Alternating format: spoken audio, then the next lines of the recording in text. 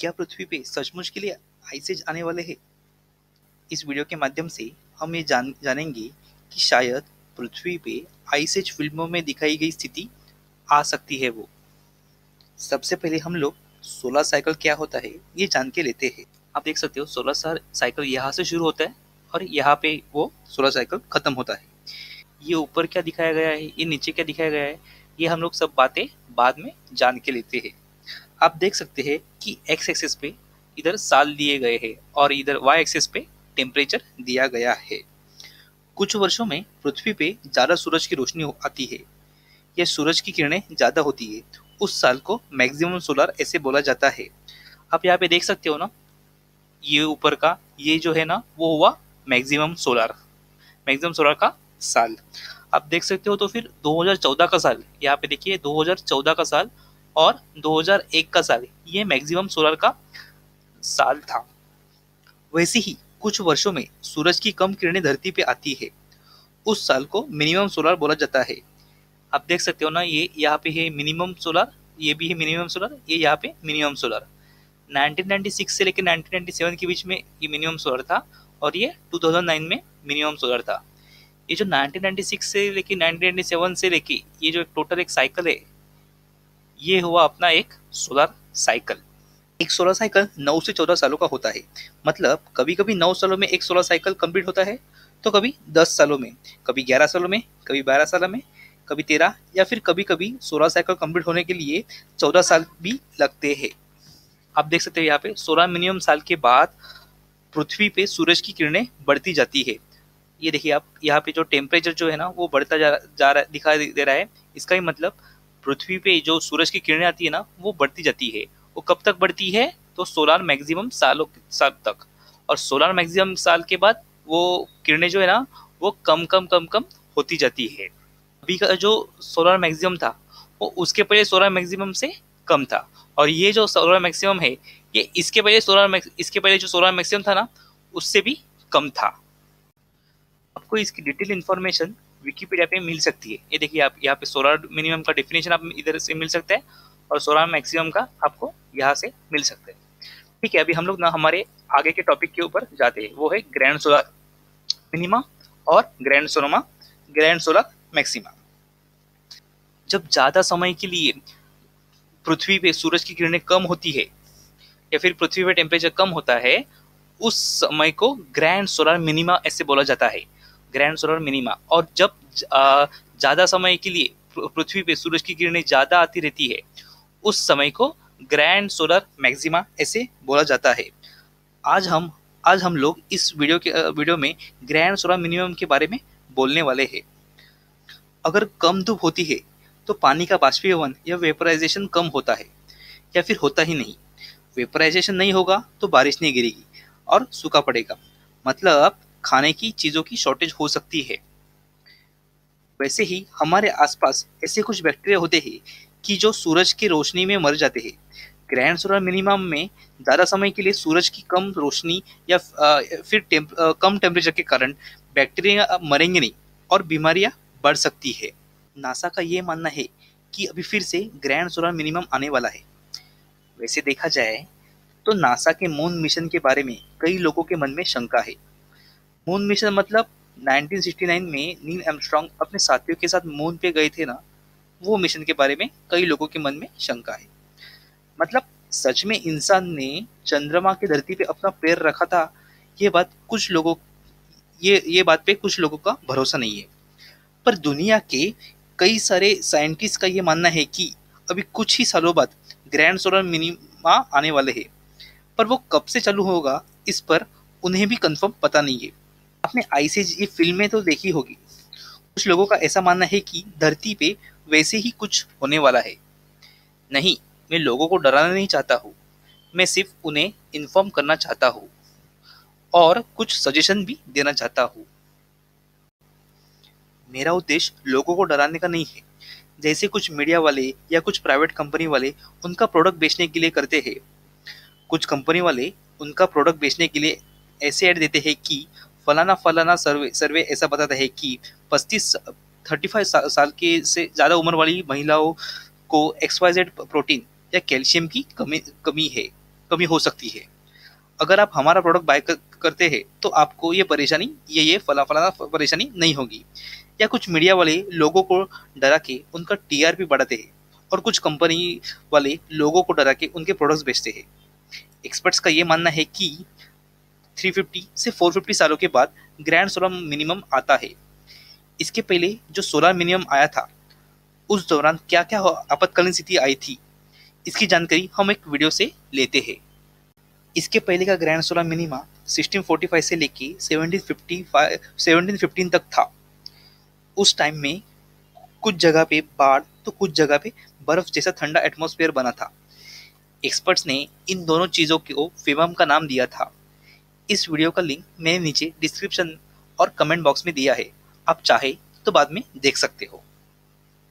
ठीक है, अभी हम लोग ना आगे बढ़ते हैं। क्या क्या हुआ था वो हम यहाँ पे देख सकते हैं। 1630 में भारत में लगभग 20 लाख लोगों की मौत फेमम से हुई थी। 1648 से 1653 तक यूरोप के ज्यादातर देशों में फेमम के वजह से बहुत लोगों की जानें गई थी। 16वें शतक के पहले कुछ सालों में भारत में लगातार 2 सालों में बारिश ही नहीं हुई थी। 1680 में सर्डिनिया में फेमम की वजह से लगभग 80,000 लोगों की जान गई थी। 1690 में फेमम की वजह से स्कॉटलैंड देश में टोटल पॉपुलेशन की 15% लोगों की मौत हुई थी। 15% लोगों की आबादी कम हुई थी, देखिएगा मतलब। वैसे ही 1693 से लेके 1694 तक फेमम की वजह से फ्रांस में 20 लाख लोगों की मौत हुई थी। उसी तरह इस्टोनिया और स्वीडन में ऑलमोस्ट 1-1 लाख लोगों की मौत फेमम की वजह से हुई थी। 1702 टू 1705 के बीच में भारत में फिर से 20 लाख लोगों की मौत हुई थी। और 1708 से 1711 इस कालखंड में ईस्ट पर्सिया में टोटल पॉपुलेशन की 40% लोगों की मौत हुई थी। फेमम मतलब क्या? तो ठंडा एटमॉस्फेयर। ठंडे एटमॉस्फेयर की वजह से कुछ बैक्टीरिया मरते नहीं है। मतलब सूरज की रोशनी कम होती है ना, तो इसके लिए कुछ बैक्टीरिया जो है ना वो मरते नहीं है और बीमारियां बढ़ती है। एक्चुअली कुछ बातें ना मुझे समझ में नहीं आई। मतलब कम सनलाइट की वजह से पानी का वेपोराइजेशन नहीं होगा और बारिश नहीं गिरेगी, ये बराबर है। पर अगर बारिश नहीं गिरती है तो बाढ़ कैसे आएगी? हाँ, बर्फ पिघल के बाढ़ आ सकती है, पर ग्रैंड सोलर मिनिमम मतलब सूरज की धूप कम रहेगी। और अगर धूप कम रहेगी तो बर्फ कैसे पिघलेगी और बाढ़ कैसे आएगी? पर इतिहास में तो ऐसे ही लिखा है कि बाढ़ आई थी और टेम्परेचर कम कोल्ड हुआ था ऐसे। एनीवेज, वो हमारा सब्जेक्ट नहीं है। हमने अब तक क्या देखा है, तो ग्रैंड सोलर मिनिमम में दुनिया भर में कई सारी जीवित हानि हो सकती है। खाने की चीज़ें की शॉर्टेज भी हो सकती है, कई बीमारियां भी फैल सकती है। तो अभी जब कभी भी ग्रैंड सोलर मिनिमम आएगा तो उसका सामना करने के लिए हमें रेडी रहना पड़ेगा। जब आप किसी प्रॉब्लम की वजह जानते हैं तो आपको वो प्रॉब्लम सॉल्व करने में आसानी होती है। रोगराई से बचने के लिए हमारा शरीर तंदुरुस्त रहना चाहिए। योगा एक प्रिवेंटिव मेंटेनेंस का काम कर सकता है और हमें हमारे देश में हेल्थ केयर की सुविधा भी बढ़ानी चाहिए। नए हॉस्पिटल खोलने चाहिए, ज़्यादा डॉक्टर बनने चाहिए। पहले तो ज़्यादा डॉक्टर बनने के लिए ज़्यादा मेडिकल कॉलेज होने चाहिए। ज़्यादा कॉलेज होंगे तो डॉक्टर बनने की फीस भी कम हो जाएगी। जो कंपनियां दवाई बनाती है उसकी भी ज़्यादा कंपनीज होनी चाहिए, तो फिर दवा और या गोलियां की भी प्राइस कम हो जाएगी। अगर ये सब होता है तो डॉक्टर का खर्चा बचेगा और वो नागरिकों से कम पैसे लेंगे। अच्छी सेहत के लिए अच्छा खाना भी ज़रूरी होता है। फिर हमें ना अच्छा खाना स्टोर करने के लिए ना वेयर हाउसेस या फिर गोदाम की ज़रूरत लगेगी। वैसे ही ग्रैंड सोलर मिनिमम में ठंडी में बचने के लिए लोगों के पास गर्म कपड़े होने चाहिए। हमें उसका भी प्रोडक्शन बढ़ा के वो स्टोर करना पड़ेगा। गेहूँ, चावल जैसे ज़्यादा समय टिकने वाले धान्य का ज़्यादा उत्पादन लेने के लिए हमें अभी से वाटर स्टोरेज, गांव-गांव में बिजली, ऐसी कुछ योजना करनी चाहिए। हमारे देश की आबादी 125 करोड़ है, तो सभी नागरिकों ने अपने अपने हिसाब से इसमें योगदान देना चाहिए। आपको तो राम सेतु के बारे में पता ही होगा। मतलब गिलहरी ने कैसे अपने हिसाब से राम सेतु बनाने में उसका योगदान दिया था, उसी तरह हर एक नागरिकों को अपना योगदान इसमें देना होगा। उसी तरह सिर्फ अपने देश के नहीं, अपने भारत देश के नहीं, तो पृथ्वी के सभी जीवित प्राणी ने अपना 100% योगदान देना होगा। अभी आप बोलोगे कि गांव में रोजगार नहीं मिलता, इसीलिए तो काम की तलाश में नौजवान शहरों में आते हैं। तो फिर अनाज का ज़्यादा प्रोडक्शन कैसा होगा? मतलब खेती करने में सबसे बड़ा प्रॉब्लम क्या होता है? तो वो होता है पानी, बिजली, और जितना हम पैसा खेती में इन्वेस्ट करते हैं ना, कभी-कभी उतना भी पैसा हमें मिलता नहीं। अपने ही गाँव में नौजवानों को रोजगार कैसे मिल सकता है? इसका मैंने एक वीडियो बनाया है। आप वो वीडियो बाद में देख सकते हो। संक्षिप्त में उस वीडियो के बारे में बोला जाए तो हमारे 10 गाँव का एक ग्रुप बनाने का, और जो चीज़ हम हमारे गाँव में बना सकते हैं, वो चीज़ हम हमारे गाँव में बनाएँगे, और 10 गाँव के व्यक्ति ना वही चीज़ बाय करेंगे।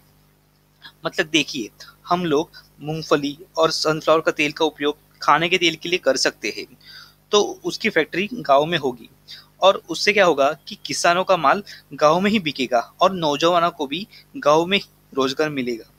वैसे ही हम लोग जो तेल सर पे लगाते हैं, उसकी भी फैक्ट्री गाँव में लगा सकते हैं। अभी आप बोलोगे कि पैसा कहाँ से आएगा? भारत सरकार ने हर एक गाँव को हर एक साल में लगभग 80 लाख रुपए का देने का वादा किया है। वो पैसे हम लोग यूज कर सकते हैं। ये मेरा यूट्यूब का पेज है, यहाँ पे मैं तरह तरह के वीडियोस डालता रहता हूँ, मराठी और हिंदी में। आप यहाँ पे देख सकते हो कि मतलब ब्रेक्जिट का मैंने अभी रिसेंटली वीडियो डाला हुआ है, फिर स्मार्ट सिटी के बारे में, या फिर हमारे पीएम इतनी विदेश यात्रा क्यों करते हैं। ये अभी मैंने अभी जो वीडियो में बात की ना, वो उसी की बात है। बाद में आरबीआई के बारे में, मतलब सीआरआर और रेपो रेट, ऐसे ऐसे तरह तरह की वीडियो में डालता रहता हूँ। ठीक है, अभी हम लोग हमारे मेन मुद्दे पे आते हैं। तो फिर हम लोग कहाँ पे थे कि नागरिक बस्ती के आसपास हॉस्पिटल होने चाहिए, वेयर हाउसेस होने चाहिए। उसी तरह जिस जगह बर्फ की पड़ने की संभावना ज़्यादा होती है, उस जगह पे हॉस्पिटल हेलीकॉप्टर होने चाहिए। वैसे ही जिस जगह पे बाढ़ आती है, बाढ़ आने की ज़्यादा संभावना होती है, मतलब नॉर्थ ईस्ट एरिया या फिर जम्मू कश्मीर और गंगा नदी के पात्र में, वहाँ हेलीकॉप्टर और स्पीड बोट की ज़्यादा सुविधा होनी चाहिए। ये हुआ भारत और भारत जैसे अन्य कुछ देशों के बारे में। पर जिस देश में हमेशा वॉर होता रहता है, आतंकी हमले होते रहते हैं, या जो देश उसके नागरिकों की बेसिक नीड्स भी पूरी नहीं कर सकता, उस देश के नागरिकों को दूसरे देश में रेफ्यूजी कैंप में रहना पड़ता है, उनका क्या होगा? मतलब ग्रैंड सोलर मिनिमम के वक्त उनका क्या होगा? नहीं, मतलब वर्ल्ड बैंक, संयुक्त राष्ट्र और कुछ एनजीओ इन रेफ्यूजी को खाने के लिए सामान देते हैं, पर मुझे लगता है कि इनको काम देना चाहिए, क्योंकि इनके पास काम नहीं होगा तो दिन भर ये लोग करेंगे क्या? आपको ये बातें तो पता ही होगी कि खाली दिमाग शैतान का घर और आराम हराम है। इसका एग्जाम्पल हम दुनिया में देख सकते हैं। जैसे नए वर्ष की शुरुआत के फंक्शन में, यानी 31 दिसंबर 2015 के रात में जर्मनी में कई सारे महिलाओं के साथ गैरवर्तन हुआ था। स्वीडन जैसे देश में तो ये बातें हमेशा होती ही रहती है। अगर लोगों के हाथ में काम होगा तो वो ऐसा वर्तन नहीं करेंगे। इसलिए मुझे लगता है कि संयुक्त राष्ट्र या वर्ल्ड बैंक ने इन्हें फ्री में अनाज देने के बजाय कुछ काम देना चाहिए। काम मतलब अगर वो स्किल वर्कर होगा तो उसके हिसाब से उनको काम देना चाहिए। और अभी हम लोग ग्रैंड सोलर मिनिमम की बात कर रहे हैं, तो फिर हमें बहुत सारा अनाज लगेगा, तो फिर उन्हें खेती या फिर खेती से रिलेटेड काम देना चाहिए। एक और इम्पोर्टेंट बात कहनी थी, वो भारतीय मीडिया के बारे में। मीडिया लोकशाही का चौथा पिलर होता है, उन पे कई सारी रिस्पॉन्सिबिलिटी होती है। उन्होंने ऐसी इम्पोर्टेंट न्यूज़ देनी चाहिए, मतलब ग्रैंड सोलर मिनिमम जैसी इम्पोर्टेंट न्यूज़ देनी चाहिए, उसके बारे में डिस्कस करना चाहिए। वो लोग क्या ना, उसके बारे में डिस्कस करने से अच्छा छोटी छोटी सी बातें लेके उसका इशू बना देते हैं। और क्या ना, एक्चुअली बेसिकली वो करते क्या है, तो लोगों के बीच में आग लगाने का काम करते हैं। एक्चुअली क्या है ना, उन्हें उनकी रिस्पॉन्सिबिलिटी उठानी चाहिए, पर उन्हें उनकी रिस्पॉन्सिबिलिटी जब जानकारी होगी तब होगी। हमें हमारा काम करते रहना चाहिए, और लोगों को ऐसे ग्रैंड्स और मिनिमम जैसी इंपॉर्टेंट न्यूज़ का अवेयरनेस करना चाहिए। अगर आपको ये वीडियो अच्छा लगता है तो आप अपने दोस्तों के साथ ये वीडियो ज़रूर शेयर कीजिएगा। Thank you.